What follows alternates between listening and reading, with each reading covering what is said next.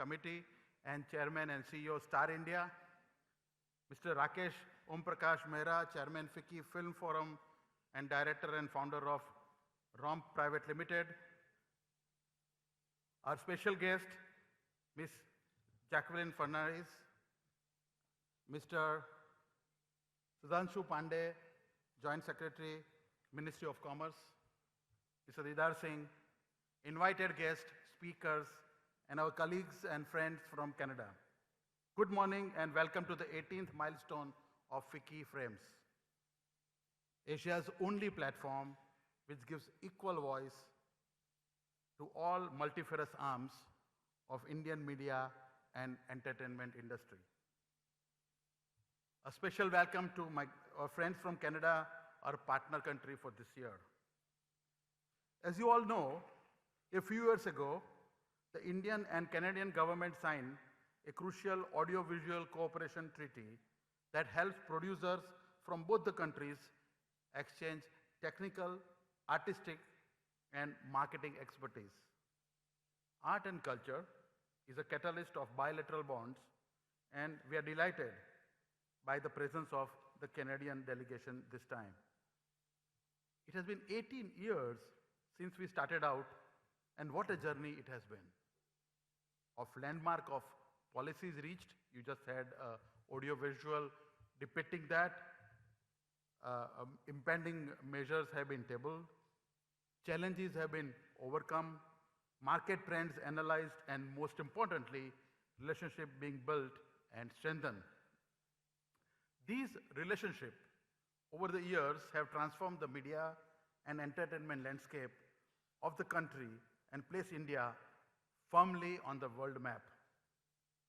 With the Indian entertainment industry breaking new ground, evolving and reinventing itself, Ficci Frame has been a steady and constant cheerleader, supporting the industry with advice.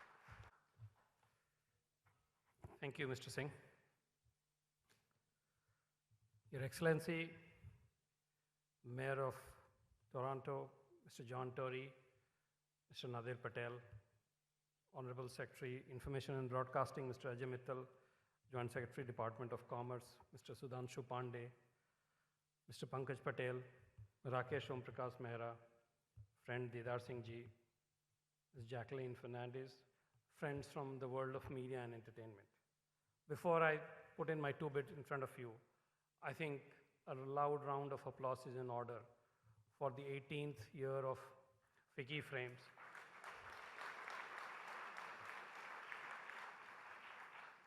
And for the incredible team of Leena and her colleagues who made it possible year after year.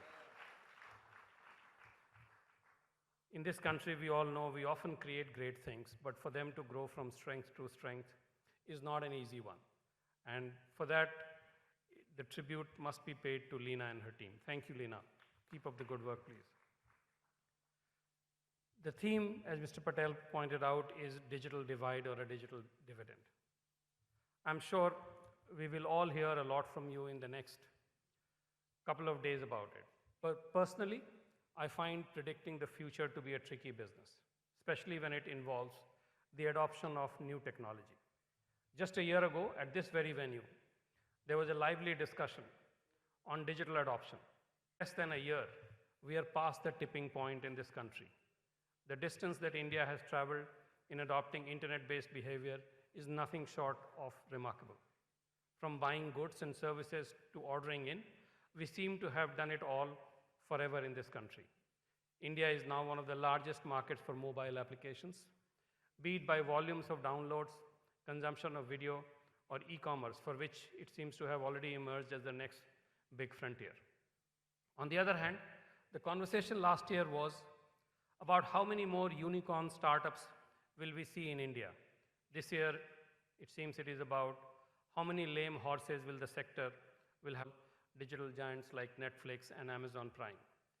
The story of bottomless war chess may or may not be true, but it does give us a sense of the competition that they see from homegrown digital enterprises, not just the likes of Hotstar, but others including Voot, Ditto, and many more. If there is one thing we know for sure, it is that this year we will see a lot more lively activity on this front.